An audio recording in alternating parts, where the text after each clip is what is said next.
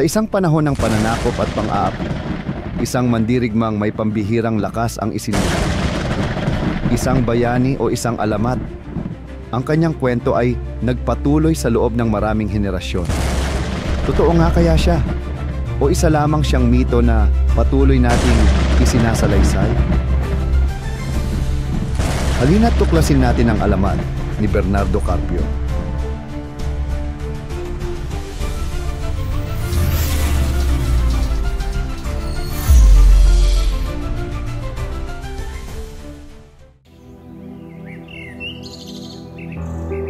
Noong unang panahon, sa ilalim ng pananakop ng mga Kastila, may isang mag-asawang naninirahan sa paanan ng bundok ng San Mateo, Rizal. Kilala sa kanilang kabaitan at pagtulong sa kapwa. Bagamat matagal na silang magkasama, hindi sila biniyayaan ng anak. Ngunit dahil sa kanilang busilak na puso, napansin sila ni Bathala at pinagpala ng isang malusog na sanggol na lalaki.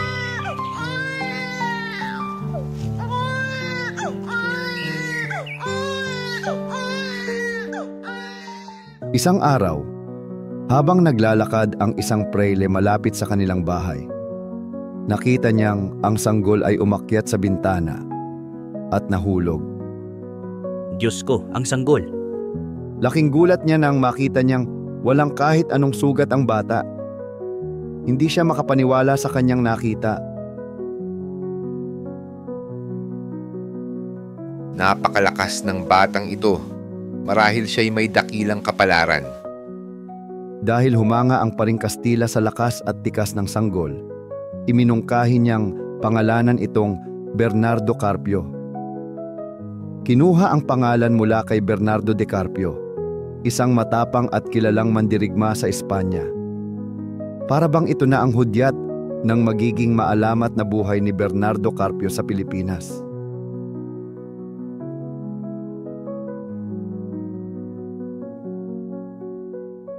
Lumaki si Bernardo at unti-unting lumitaw ang kanyang pambihirang lakas. Isang taon pa lamang siya, nagagawa na niyang bunutin ang mga pako sa sahig habang naglalaro. Napakalakas ng ating anak. Isang himala mula kay Bathala.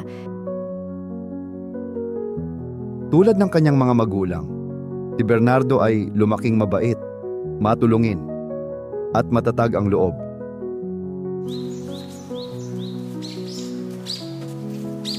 Isang araw, habang naglalakad si Bernardo sa gubat, nakita niya ang isang kabayong nahulog sa bangin at hindi na makatayo dahil sa pilay. Walang pag-aalinlangan, bumaba siya sa bangin para sagipin ito. Para bang magaan lang, binuhat niya ang kabayo at iniahon mula sa bangin. Pagkatapos, dinala niya ito sa kanilang bahay upang gamutin at alagaan.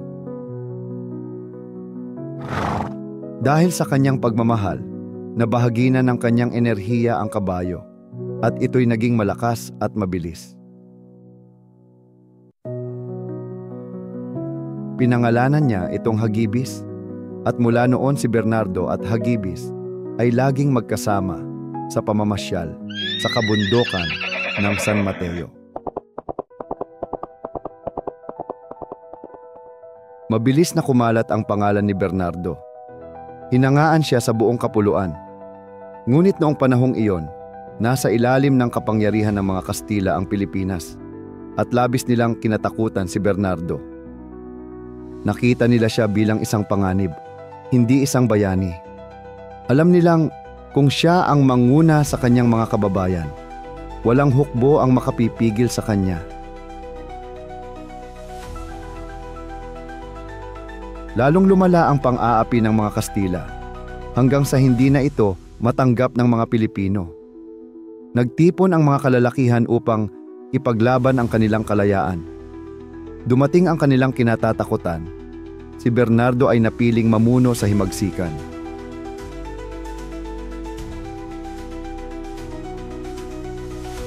Dahil dito ay lumapit ang Gobernador General ng Espanya sa isang mahiwagang salamangkero.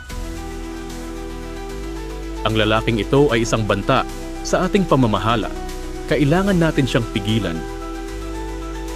May alam akong isang lugar kung saan ang kanyang lakas ay walang bisa.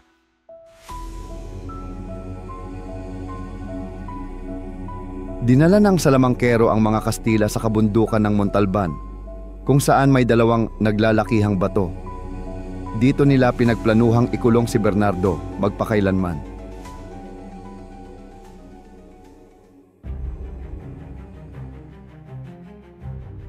Hindi nag-aksaya ng panahon ang mga Kastila. Agad nilang inanyayahan si Bernardo sa isang pagpupulong upang di umano ay dinggin ang karaingan ng mga Pilipino. Bakit gusto nilang ikaw lang ang pumunta, Bernardo? Parang may hindi tama. Pakiramdam ko ay may masama silang binabalak. Mag-ingat ka, kaibigan.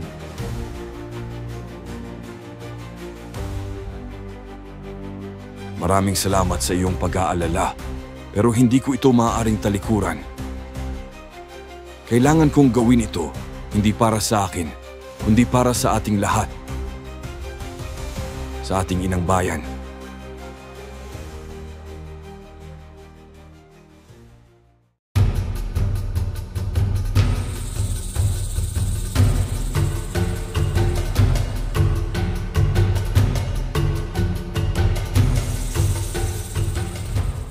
Habang naglalakad siya sa isang makipot na daan sa pagitan ng dalawang bundok, biglang lumindol. Sa kapangyarihan ng salamangkero, nagsimulang magsara ang mga bato upang ipitin siya. Ginamit niya ang kanyang buong lakas. Yumanig ang lupa at tila magigiba ang kabundukan. Ngunit malakas ang sumpa ng salamangkero.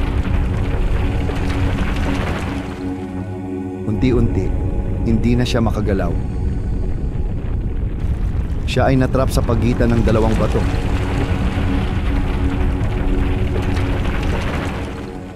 Samantala, naghihintay si Hagibis sa paanan ng bundok. Nang maramdaman nito ang pagyanig, alam niyang nasa panganib si Bernardo. Mabilis itong bumalik sa kapatagan upang humingi ng tulong sa mga mamamayan. Gayunpaman, tumagal bago nila naunawaan ang kahulugan ng malakas na halingin at hindi mapakaling kilos ng kabayo. Sa kalaunan, nang mapansin nila ang pagkawala ni Bernardo, may ilang kalalakihang nakaisip na sundan si Hagibis dahil palagi silang magkasama. Dinala ni Hagibis ang mga kalalakihan paakyat sa bundok. Ngunit sinalubong sila ng bumabagsak na bato na nagdulot ng sugat at pilay. Natanaw nila ang dalawang nag-uumpugang bato, ngunit huli na, natapos na ng salamangkero ang sumpa. Nanatili ang mga bato sa puwesto. Ikinulong si Bernardo sa loob. Sa kabila ng kanyang lakas, hindi siya makagalaw. Siya ay natrap.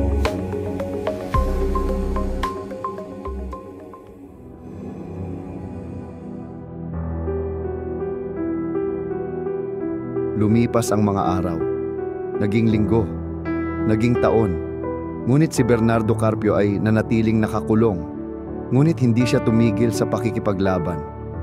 Sa tuwing itinutulak niya ang mga bato, yayanig ang lupa. At alam ng mga tao, naroon pa rin siya.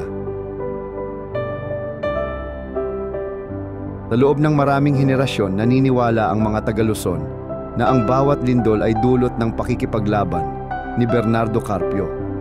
May nagsasabing balang araw, makakatakas siya.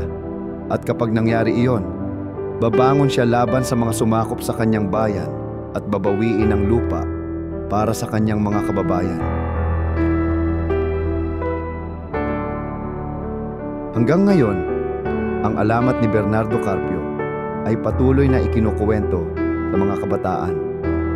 May nagsasabing naroon pa rin siya, naghihintay. May iba namang naniniwalang nakalaya na siya at tahimik na nagmamasid sa atin. Hinihintay ang tamang panahon upang bumangon muli. Alamat lamang ba ito? O tunay na naroon pa rin si Bernardo Carpio, nakatago sa kabundukan, naghihintay sa araw ng kanyang paglaya? Tanging panahon lamang ang makapagsasabi